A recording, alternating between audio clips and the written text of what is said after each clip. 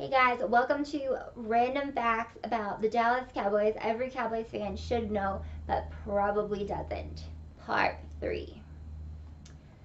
So, there was these 3 Cowboys players named Troy Aikman, Emmitt Smith, and Mike Irving, and they were known as the triplets, and all they wanted to do was win. There was no egos. They didn't fight with each other. They knew that their legacy would be defined by winning championships, and that's what they set out to do, was win and motivate their team to win. And they played so well together that they earned themselves the name the Triplets.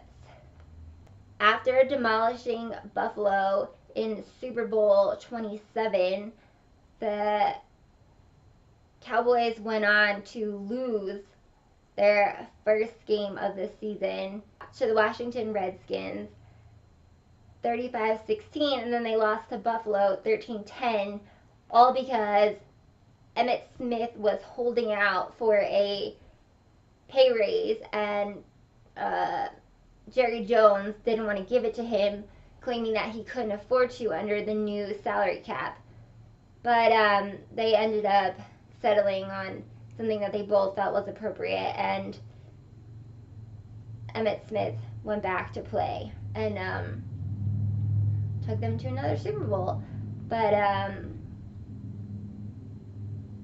this was the first time that a team had ever lost its first 2 games of the season and gone on to the Super Bowl.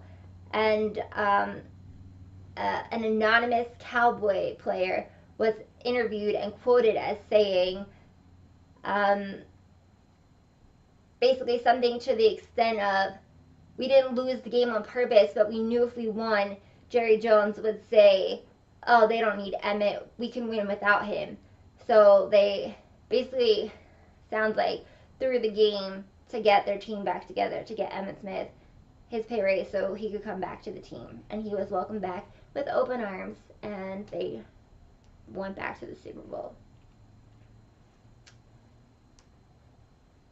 So, you guys probably also don't know this, but there was a rumor circulating amongst the Cowboys that Troy Aikman was racist. And it started because Barry Switzer was not as structured or firm with the team as Jimmy Johnson had been. So Troy Aikman took on the fatherly role of trying to keep everyone in line, and he would yell at people who stepped out of line or didn't do their job. And rumors started to circulate that he was tougher on the black guys on the team. And he believed that this rumor was started by John Blake, the defensive line coach. And later he found out that John Blake went to Barry Switzer and said, Aikman he's a lot harder on the black members of the team than he is the white members of the team. So when Aikman heard this rumor, he went up to Barry Switzer and said, I would like to address the whole team to see who has a problem with me and who thinks I'm racist and, squash the rumor. And Barry said, no, I don't want to do that. So Aikman vowed to not speak to Barry the rest of the season, and they didn't speak. The Super Bowl week, they made it to the Super Bowl, and that week they were staying at the hotel and in Phoenix, and they found themselves, Barry and Aikman found themselves in the elevator together, and neither of them said a word to each other. They just stared straight ahead and didn't talk. And this didn't reach the public until a couple days before the Super Bowl. Aikman kept saying, I'll address it after the season, I'll address it after the season. And a reporter broke the story about what was going on, and then bigger publications started discrediting it and stuff. But yeah, so Aikman was not racist, but the defensive line coach had some issues with him and started this rumor, and it almost cost them Super Bowl.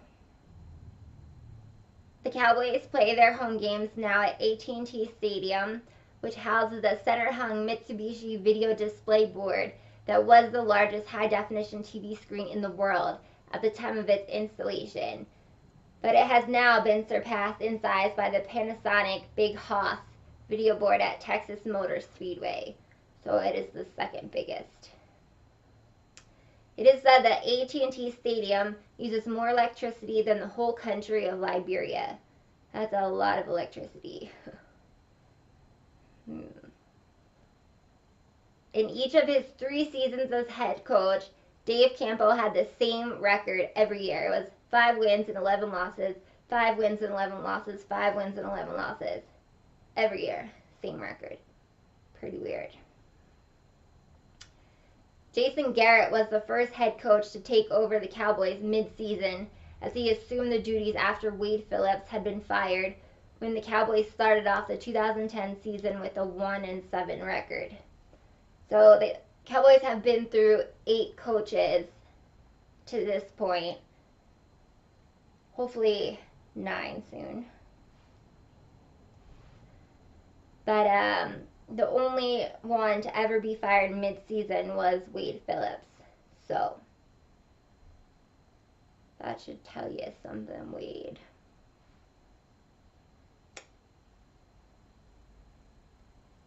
Here's an interesting fact.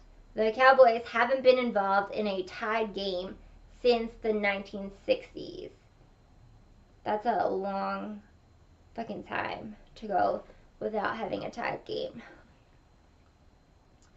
There are only 3 coaches to have won both a college football national championship and a Super Bowl, and 2 of them coached the Cowboys, Jimmy Johnson and Barry Switzer. And here's the last fact. Bullet Bob Hayes is the only Cowboys player to win a Super Bowl and also an Olympic gold medal. His world record speed is the reason for the creation of the zone defense, because in man-to-man, no one could keep up with him. He was just darting all over the place super fast. So they created the zone defense in order to better defend against him. So there you have it. Dallas Cowboys facts every Cowboys fan should know but probably doesn't. Part 3. I will come up with Part 4 when we make the Super Bowl this year.